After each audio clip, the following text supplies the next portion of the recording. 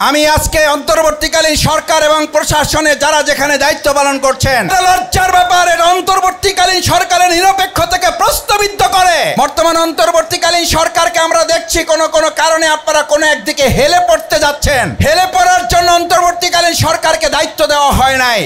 এত রক্ত, এত জীবনের উপরে আপনারা দাঁড়িয়ে যে দায়িত্ব পালন করছেন, আপনারা কোনো প্রভাব, কোনো রক্তচক্ষু, কোনো ভয়ভীতির কাছে আত্মসমর্পণ করবেন, সেজন্য অন্তর্বর্তীকালীন সরকারকে দায়িত্ব দেওয়া হয় নাই। প্রশাসনকে আমরা আহ্বান জানাবো।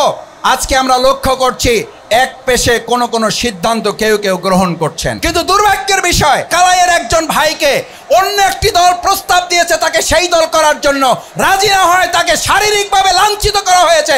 প্রশাসন এখন পর্যন্ত কোনো ব্যবস্থা গ্রহণ করে নাই।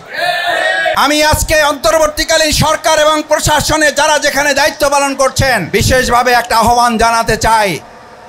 এই যদি পরিস্থিতি হয়, তাহলে যখন হাজার হাজার কেন্দ্রে একদিনে ভোট হবে, তখন আমি কিভাবে আস্থা রাখবো যে আমার ভোট আমি দেব যাকে খুশি তাকে দেব? যখন আমার একজন কর্মীকে আপনি শারীরিকভাবে নির্যাতন করে আপনার দলে ভিড়ানোর জন্য আপনি চেষ্টা করছেন, অথচ প্রশাসন কোনো আইনগত ব্যবস্থা গ্রহণ করতে পারছে না। এটা লজ্জার ব্যাপার। এটা অন্তর্বর্তীকালীন সরকারের নিরপেক্ষ থেকে প্রশ্নবিদ্ধ করে।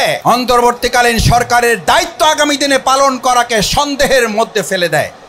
আমরা অন্তর্বর্তীকালীন সরকারকে এখনো সহযোগিতা করে যাচ্ছি, কিন্তু আমার আর কোনো কর্মীকে, আমাদের আর কোনো নাগরিককে যদি জুলুম নির্যাতনের মুখে আবার সেই 15 বছরের মধ্যে ফেলতে হয়, তাহলে এই প্রশাসনকেও ফ্যাসিবাদের দোসর হিসেবে চিহ্নিত করে জনগণ তাদের বিরুদ্ধেও রুখে দাঁড়াতে সিদ্ধান্ত গ্রহণ করতে পারে।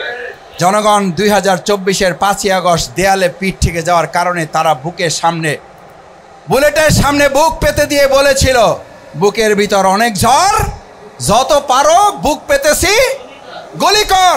আমাদের মধ্যে আল্লাহর হস্তে আপনারা যারা দায়িত্ব পালন করছেন, কেউ আমাদের মধ্যে ঝড় তৈরি করতে বাধ্য করেন না।